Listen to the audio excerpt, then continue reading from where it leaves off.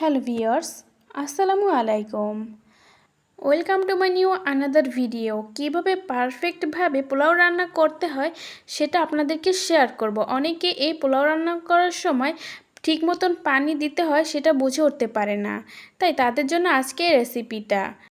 আর হ্যাঁ, শেষে একটা স্পেশাল টিপস আছে, তাই ভিডিওটি স্কিপ করবেন না।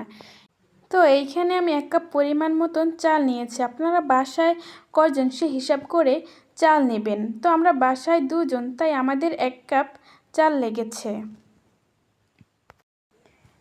তারপরে আমি সে চালগুলো ভিজিয়ে নেব। এই চালগুলো 5 থেকে 10 মিনিটের মতন বা 15-20 মিনিটের মতন ভিজিয়ে রাখবেন, তাতে অনেকটাই সুবিধা আছে।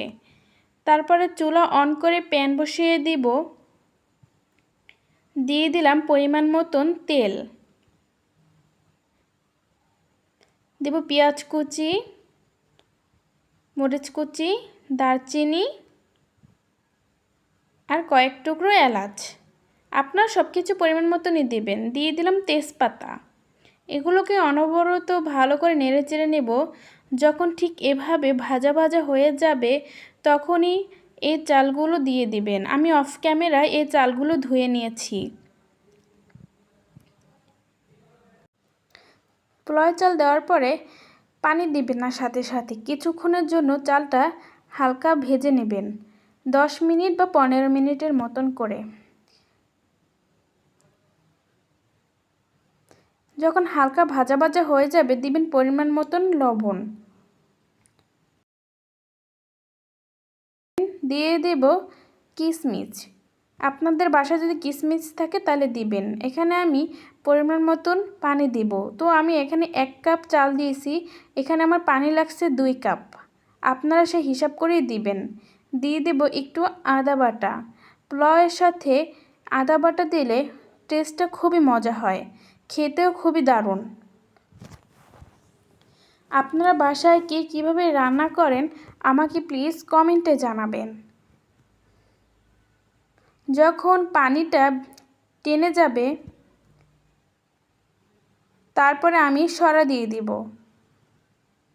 আর এখানে হাই পাওয়ার দিবেন না, দিয়ে দিবেন লো পাওয়ারে। তো আমার এখন এই পানিটা টেনে গিয়েছে, দেখুন আমার কিন্তু বেশি পানি নেই। তো এখন আমি মিডিয়াম লো পাওয়ারে দিয়ে রাখছি যাতে পোলাওয়ের বাকিটা সেদ্ধ হয়ে যায়।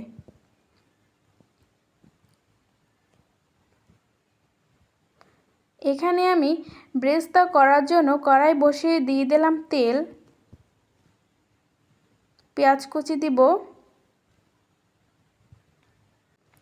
ঠিক এরকমের ভেজে নিতে হবে, বেশি পড়ে গেলে তিতা লাগবে। তো আমার এইখানে ব্রেস্তা করা হয়েছে। ব্রেস্তা মুচমুচে করার জন্য বা রাখার জন্য আমি এখানে সামান্য একটু চিনি দিয়ে দিলাম। তো এইখানে আমার ফাইনালি পোলাও রান্না করা হয়ে গিয়েছে। আমার এই পোলাও রান্নাটা কেমন হয়েছে সবাই কমেন্টে জানাবেন আশা করি।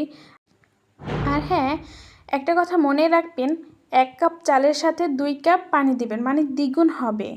অনেকে এই পানি দেওয়াটা হিসাবটা বোঝে না।